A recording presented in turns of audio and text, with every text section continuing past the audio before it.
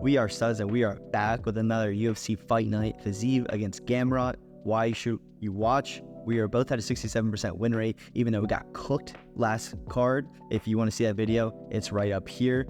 But we are not counting Shevchenko Grasso, okay? Because who thought it was going to be a draw? If I sat here and was like in the predictions video going, yeah, I think they're going to draw, would you guys like actually believe that? I feel like you guys would think it's like pre-recorded. So it's not going to count.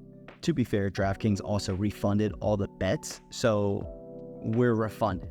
We are literally the casino. We got Ricardo Ramos versus Charles Jourdain. Charles Jourdain is a TikTok masterpiece. If anyone has ever actually looked at his TikToks, he's actually hilarious. But I think this fight is going to be a barn burner. Ricardo Ramos throws some crazy shit out there, and Charles Jourdain is a very volume-heavy guy. Overall, I do see Charles Jourdain in the third round pick it up to the point where Ricardo Ramos cannot come back and get either a KO in the third or a decision win. Cool. Yeah, that's what I'm leaning with too. And whenever you Spartan kick anybody, I'm gonna like automatically go with you. I think Jourdain is just a tougher opponent. We haven't seen him really got stopped other than a submission, and I'm pretty sure it was an armbar, right? Well, yeah, Julian Erosa did actually submit Charles Jourdain, and Charles Jourdain has fought some tough motherfuckers. I mean, I didn't think he lost against Shane Burgos. I do favor Charles Jourdain. I see him as a top 15 featherweight. Although he isn't there yet, I do think at some point he's going to get up there. But this division is so stacked, I don't see him going anywhere, farther than that. But next up, we got the tough participant, Bryan Battle versus AJ Fletcher. Bryan Battle getting that, I think it was 20 seconds or something crazy like that. 13-second knockout his last fight. Looks great. The blonde hair is definitely what's doing it. AJ Fletcher, he's kind of in the mid-pack. He's lost two. Won his last one by submission against Thembe Gorimbo, the guy that The Rock gave a whole house to. The Rock, I am begging for a house as well, That'd be great. I just see Bryan Battle winning this just very convincingly as well. AJ Fletcher does have really good wrestling, but Bryan Battle is a very lengthy person. I think he does stuff the takedowns, and the striking will end up prevailing.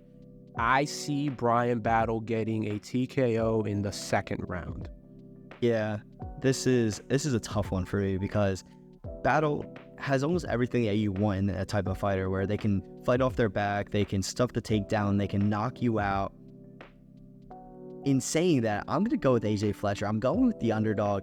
I think that he's going to grab him and he's not going to let him go. And it's going to be one of those quote-unquote boring fights that just sees this knockout, artist now just get stifled with takedowns. And hey, we could even see like a guillotine. I mean, this man loves to get in that guillotine, that top mount. So it's like we could see that transition very quickly. And I don't think Bryan Battle can not only stuff it relentlessly, but keep up for a 3-round fight.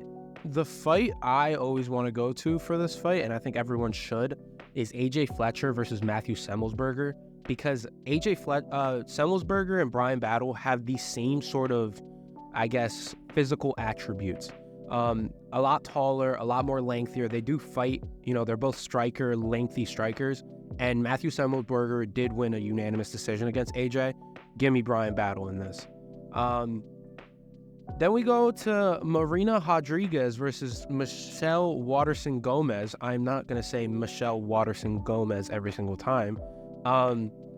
Yeah, I don't know why you changed your name to that, but Marina looked really good against certain competition and then looks really bad against certain competition.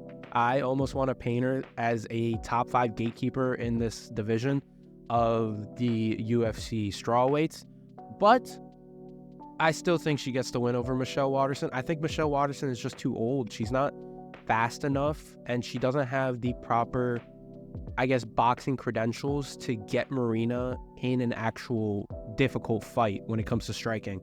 The only way I can see Michelle Waterson winning this is if she makes it an MMA fight, but I still think Marina's boxing and overall volume does get her a unanimous decision. Yeah, I think that's said pretty well. I mean, we're talking about the Karate Hottie. She fights one time a year, and all the fun and the exciting that you see that you used to see with her, you just don't see it anymore. And we're talking about someone that beat her already. And I think she just goes back to the game plan, beats her. I mean, we're talking about someone that in their history beat Mackenzie Dern. They beat I think her name's Jan. I don't know if that's how you say it. Beat these top women fighters, and I just don't see her getting stopped by the Karate Hottie. So, give me a Marina, but it's just a sad watch for us Karate Hottie fans. Marina is on a 2-fight skid, and that last one against Jaroba was horrible. She did not look like herself. Although the age is almost the same, 37 to 36, I think Michelle Waterson's tread on her tires is way worse than Marina's. So that's why I'm going with Marina for sure. Then we go to the co-main event. Give me them camo shorts. Bryce Mitchell versus Dan Ige. Dan Ige, another kind of gatekeeper in this featherweight division. And Bryce Mitchell is trying to not be a gatekeeper at this featherweight division, because after that Ilia Topuria loss, we have not seen him since. And he looked amazing, almost outstriking Edson Barbosa, and he dropped him. Bryce Mitchell at some point was really getting talked about against Volkanovski, and then Ilya shut that up quick. Dan Ige always winning against the good people, against people that don't deserve him to be in the ring with him. Always losing against people like Evloev, Josh Emmett, Chan Sung Jung. Right now he's on a 2-fight winning streak. I just don't see how he gets past Bryce Mitchell's wrestling and overall jiu-jitsu game. Give me Bryce Mitchell by submission. I'm not going to call which submission, but I do think Bryce Mitchell does get a win here. Say, give me Bryce by chain wrestling. But I think Ige's good, but I just think that Bryce, look, this is the make or break fight to where is Bryce going to be a superstar, or is he going to be that gatekeeper like you just said? I think he's going to be a superstar, and I think that he proves it here. He bounces back, and I think that he does it with his superior wrestling. Andy, have you ever heard Bryce Mitchell rap? No. No, I'm being serious. He has songs out there. He full on had an album. I would advise you to listen to it. It's actually decent. I would love to see Bryce Mitchell, get to that stardom. Then we got the main event between two European motherfuckers, between Rafael Fiziev versus Mateusz Gamrot. Rafael Fiziev, the known striker, honestly, I still think the best striker in this division on a good day. The Justin Gaethje loss showed that he might have holes, but I do think Fiziev is the best striker. And Mateusz Gamrot is, if he was able to talk, he would be the funnest wrestler of all time. You see this guy wrestling and you're not bored. If you're a casual, you're like, holy shit, what is he doing? He's rolling into things. He has beautiful wrestling. This pick is hard because it's a fighter versus wrestler matchup for sure. And if you want to rely on Rafael Fiziev's takedown defense, he wins this fight. If you want to rely on Mateusz Gamrot's wrestling and how good it is, he wins the fight. I am going to rely on Fiziev's takedown defense. I am going with Andy's doppelganger. I just think that the takedown defense that he showed against RDA was spectacular. RDA does not have the same wrestling as Mateusz Gamrot, I know that, but I do think Fiziev will be able to get him off here and there. I see Gamrot winning at least 1 or 2 rounds. This fight is going to be very close, but I'm going with Rafael Fiziev by a decision. We gotta stop making the same picks, man. I'm going with Fiziev. I cannot fade my boy Fiziev. Santi and I have watched this guy just rise through the UFC. We've seen him come in and just absolutely obliterate anybody on the feet. And I think that's exactly what he does. The only thing that scares me is that later 2 rounds where Fiziev's tank just depletes, and then we see that wrestling from Gamrot.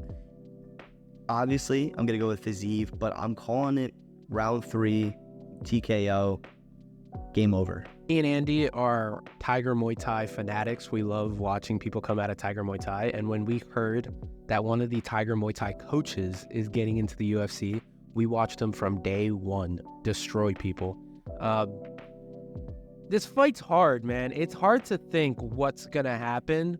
it's two European fighters, and I think the European staple in the UFC is going to show through and through in this fight. Both of us going with Rafael Fiziev. Andy, do you have any locks in the prelims maybe? The first fight. What is the first fight? What's her name? Yeah, give me her. I don't know why. I think it's like -2 something. I don't care. Give me her. She absolutely just, I don't know why it's remotely close. Give me her inside the distance. Wow. Okay. My lock, I'm gonna go, and this is a tricky one because if he gets caught, this fight's over. But I'm going with Andre Fiallo versus Tim Means. I think Tim Means is just a little bit too old. I think he's just too old for this. And Andre Fiallo, he brings the fight to people and he gets caught for it. But I think he catches Tim Means before Andre Fiallo gets caught. Give me Andre Fiallo inside the distance for sure.